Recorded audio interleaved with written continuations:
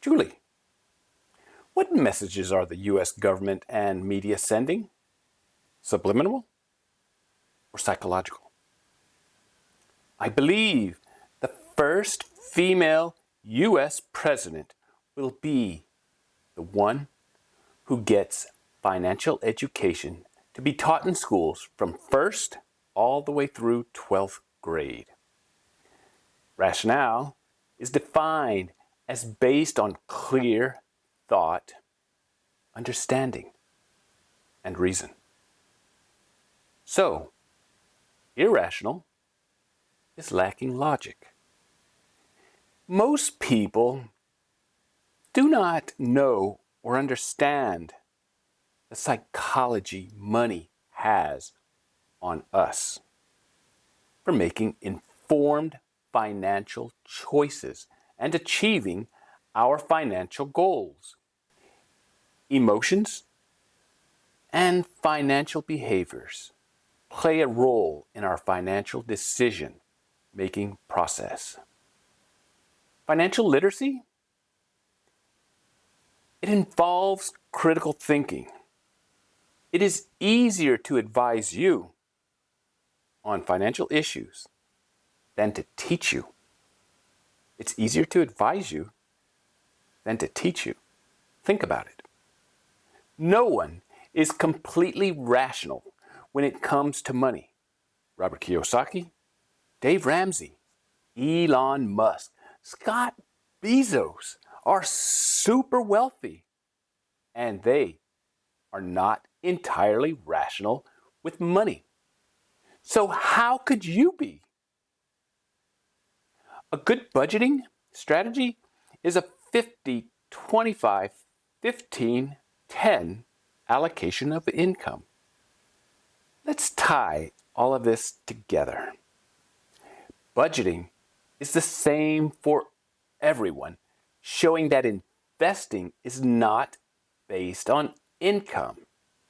The government does not understand this, showing no critical thinking on their behalf. Put another way, you have to earn money to pay for a roof over your head, food and clothing.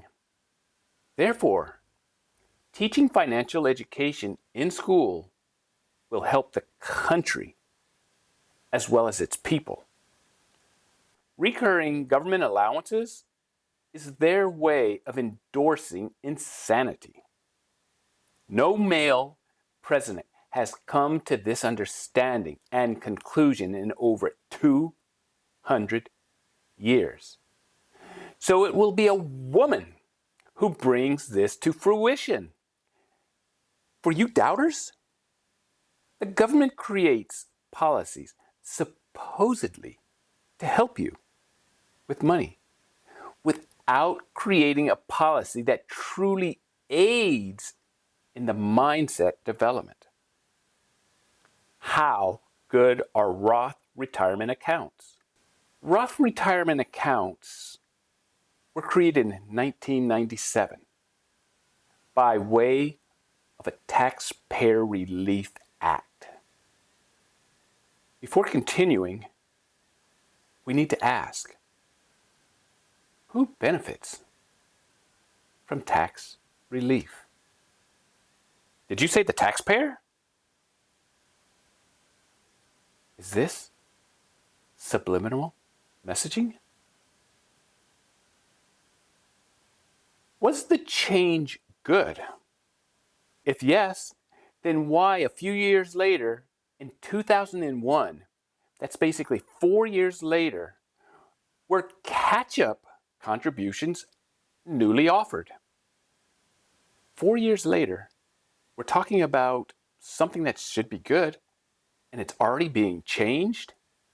9 years later, that's 9 years after 2001, so another change is coming. So in 2010, another allowance provided opportunities for all investors to convert traditional pre-tax retirement assets, IRAs in the US, into Roth post-tax retirement assessments, tax relief, tax advantages. Who benefits? Financial education needs to include taxes as part of it.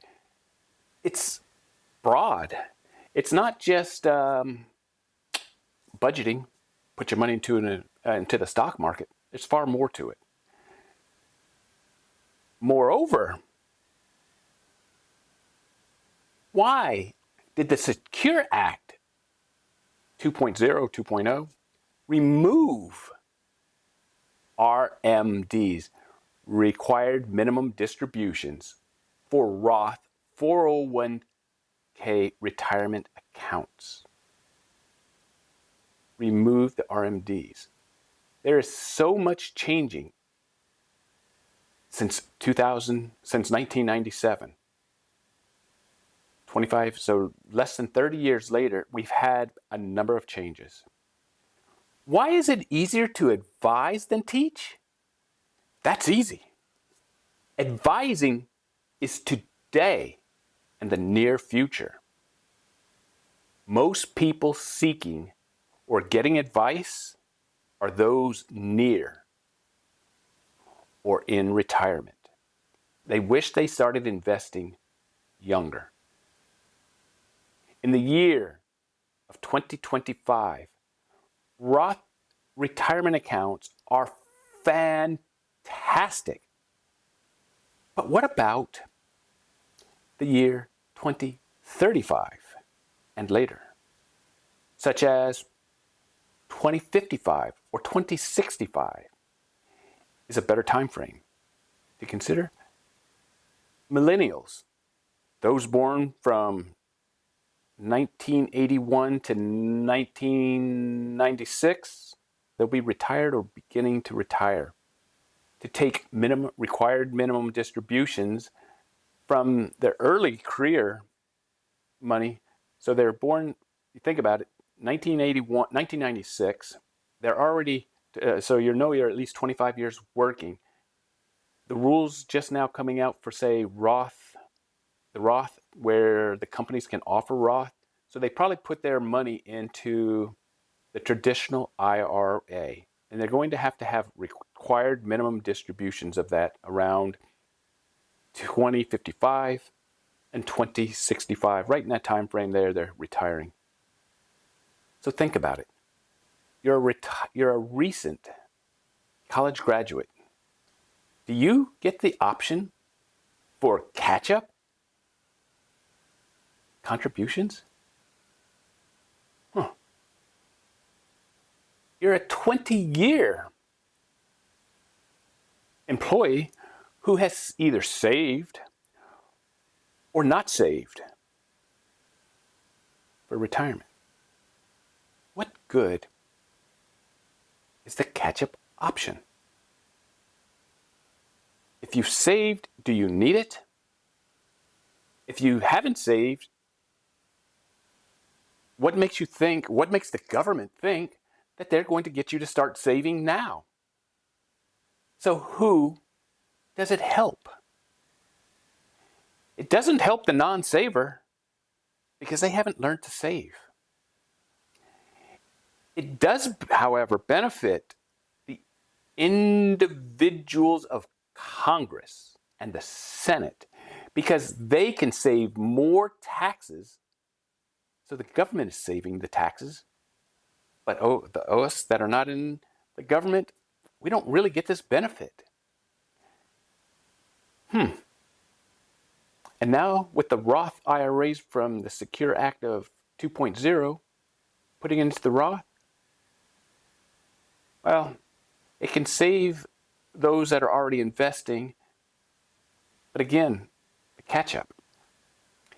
It further benefits the government because as you make changes, they collect taxes and or change the laws to their benefit. Let's look at removing required minimum distributions, RMDs, for the Roth 401ks. You're 55 years old or 60 years of age. and putting money into a Roth account.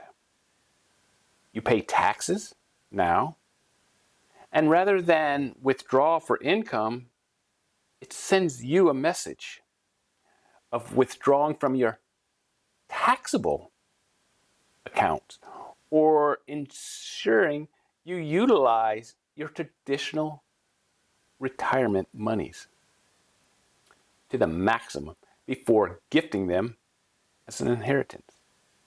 You, Clemence, your classmates can't even imagine retiring in 30 or 40 years, so how can you imagine the tax laws applying to you in the future? I was thinking about the tax laws. My thoughts are that they may discontinue the Roth, as a for instance, and instead of taxing the Roth in a later date, taxing it now and taxing it similar to taxable accounts, they may just change the law because it's too confusing. So they may make another one and say we're either going back to the traditional or they just make another law. But the taxes right now are benefiting the government. Yes, you might get some benefit, but you have no clue of what's going to happen in the future as it applies to taxes. And that's the biggest problem. Teaching, advising, it's easy to advise you, but how do we teach for what we don't even know into the future? Women are typically paid a fraction of their male counterparts. What's the rationale? During my years of investing, I was often fearful of losing my money. Mutual funds and hedge fund managers, they trade stocks so often that many do not beat the Standard & Poor's index. Rational or irrational? Riley is starting to save more for her retirement. She's afraid of investing because she's 51 years of age. Can't predict the future and does not want to enter retirement with less money than she currently has. Okay, this seems to suggest investing in mutual funds and not stocks, correct? It supports advising the easy way of investing in mutual funds. They are less risky. Limited thought is necessary, and we continue avoiding the issue of educating the population. Now, just because catch-up contributions exist does not mean we have the money or income available, which then supports the notion of individual stocks to build for retirement, to build our income, our wealth for retirement. Do you remember the first time I mentioned diversification? I said it falls under 3 different categories of investing. Psychology is one of those categories. Psychologically, we continue to believe that the rich get richer and the poor get poor. So fail to change our mindset or behavior regarding money. I do not see a male president invoking financial education as a daily course from first grade through 12th. So our first female president will have an option to use this as her platform.